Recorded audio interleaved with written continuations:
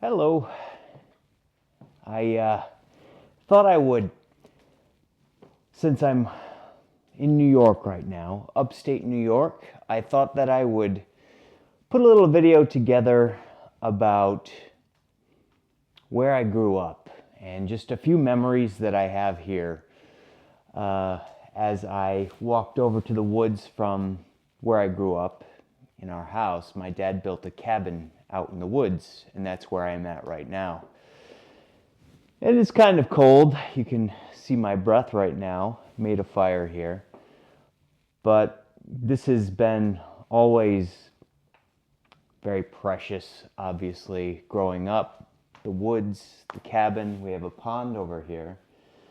And there's something very special about making a fire, whether it's in the middle of the winter, campfire, whether it's inside or outside, or in the summer, having a big bonfire as well. So lots of really great memories about that. And since I'm here for the holidays, I thought, what a better time to put together a little video here. So as I was pondering, we had a big blizzard here recently. And was pondering growing up here and a few specific incidences that I remember and I recall. And I'll share those with you here. The first one was, let's say, when I was probably 16 or 17. My rebellious stage, of course. I didn't really care much for authority, and I was always out in the woods. And I decided I didn't want to live at home anymore. So for an entire summer, I decided to go live in the woods. And my dad was always, well, let the boy do it. My mom was always a little concerned, but I wasn't too far from home. But I refused to walk out in the middle of the night with a flashlight. I chose to look up at the skyline and see a break in the trees to define the trail that I was on. I knew it very well. And to be clear, I didn't live out in the woods permanently for that whole summer. I would go home and eat, and then in the middle of the evening, I would go out into the woods and find the clearing that I had set aside. So I would walk out with no flashlight, and I built probably maybe a quarter mile, maybe if that, into the woods through pine trees and an old shed where we kept a bunch of junk. Go past there, and there was a clearing where I built a teepee as best I could, and also thought highly of Native American, the whole mystique and spirit of the Native American culture. So I built the teepee and I just slept out there every night. So one of the things that I remember as I was going out to the clearing where my teepee was is that in the middle of the night, I saw a light in the distance, probably, 400 feet away. And I called out, and there was no answer. And as I got closer, I could see that the light was just slowly moving. And it wasn't like a ball of light. It was more like a lantern. So all I remember is when I was about 16 or 17, heading out to my little teepee out in the middle of the clearing, there was looked like a lantern just swaying in the trees, moving through the trees, and there was no one attached to it. So that was one incident that I remember quite strongly. And the other one, I had built all of my, self-protection gear, homemade spears and whatnot that I never use, of course, and just had them by my bedside. But it wasn't like there wasn't animals out there. In fact, the other thing that I remember is that I woke up. I had like an alarm every morning. I woke up to this sound. It's very, very loud. Let's see if I can recall it, mimic it. It was more like a puffing of air, really strong. It sounded like this.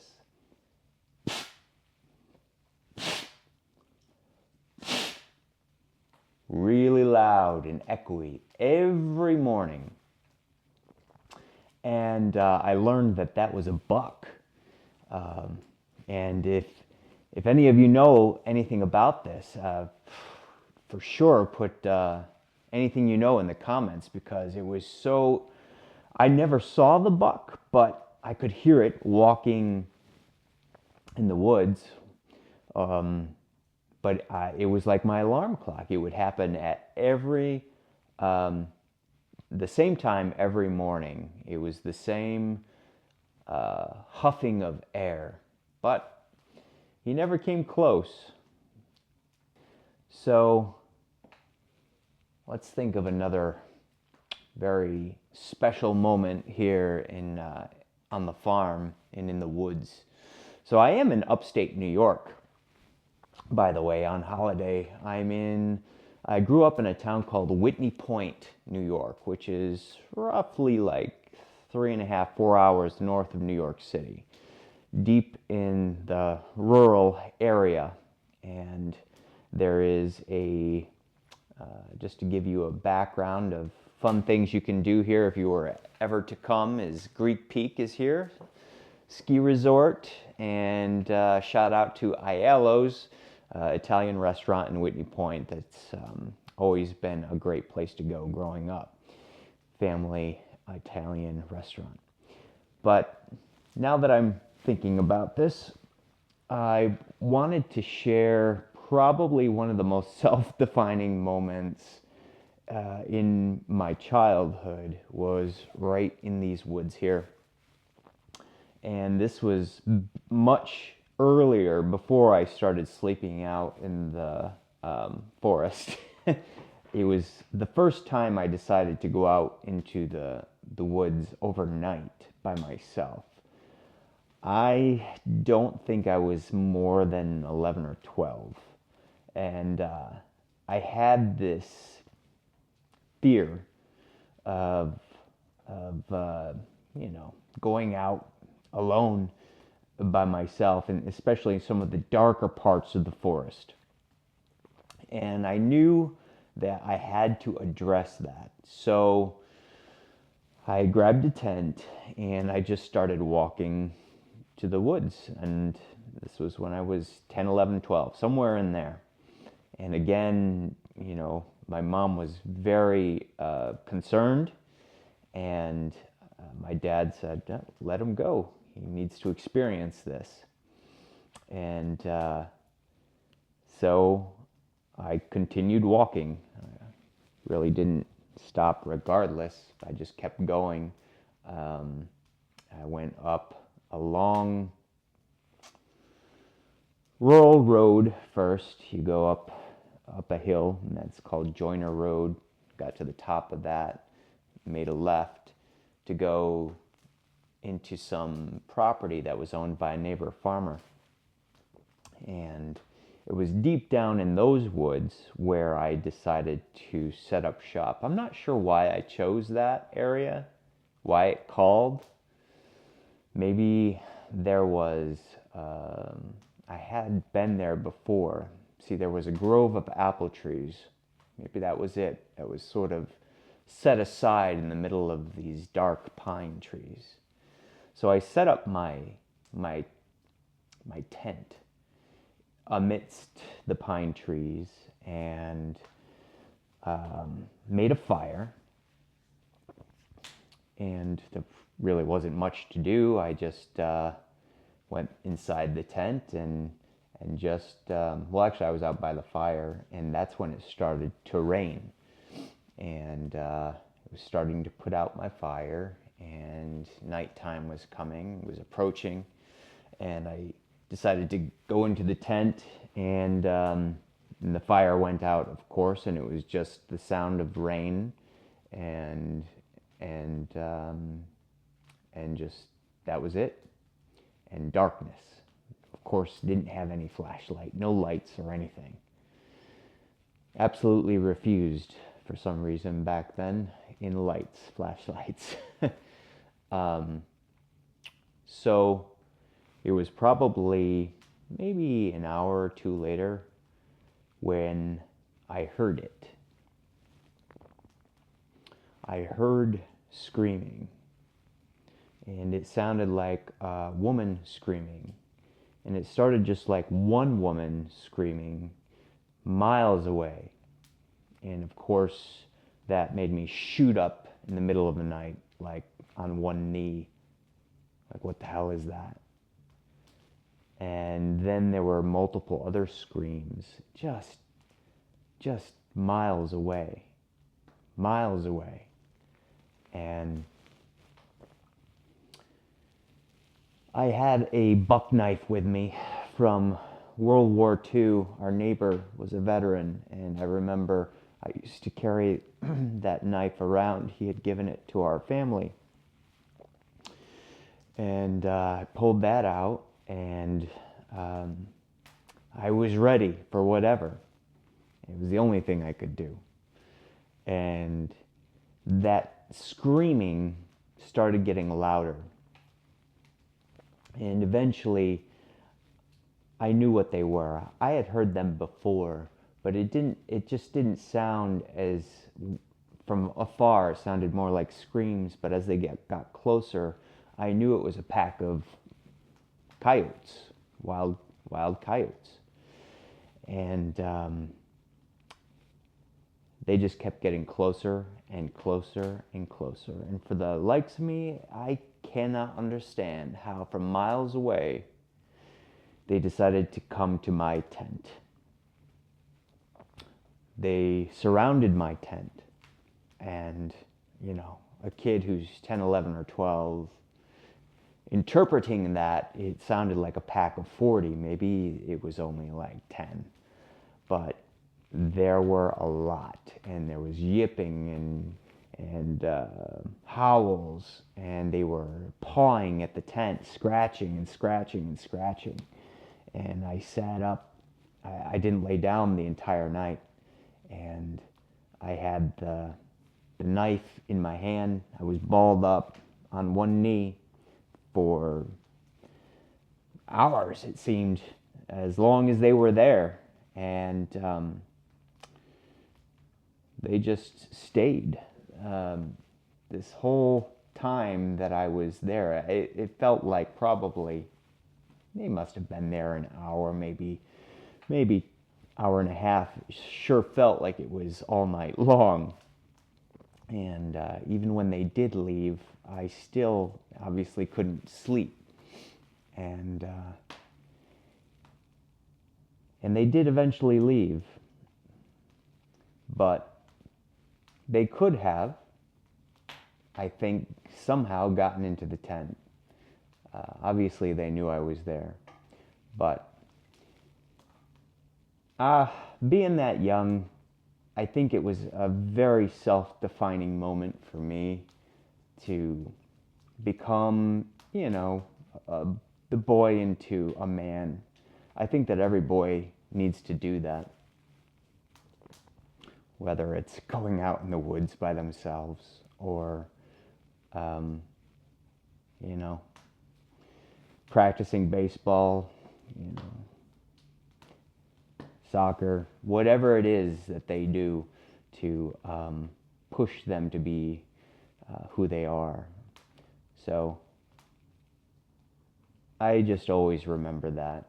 And I think that no matter what you do in life, it reflects very much. Everything is interconnected with your childhood. And for me, coming in contact with something like the unknown, there's something very special in diving into the unknown. It almost breaks all of your vices that keep you held back. And I like to think that I'm doing that growing up. Like one of the biggest ones right now is I'm making this film, Hunter Grail. I've been doing it for many years now, but we've been doing it in parts. But every time that we go and film, I love the sense of you don't know what's going to happen next. And you push through no matter what. What's the worst thing that can happen to you? That's what I always say. I mean, the answer to that is different for every person, but it helps, you know? And even just going, I was just in Africa and also surrounded by elephants. So that was a whole nother, it kind of was a callback to the time when I was surrounded by coyotes. But in both cases, it seemed they were just curious. I guess what I'm just trying to say is that you can't hold yourself back on premature thoughts of an outlook of what you think might happen, because inevitably what does happen in hindsight is what is exactly supposed to happen, and it builds you. It builds you into the person that you are to become. Winter has its majesty.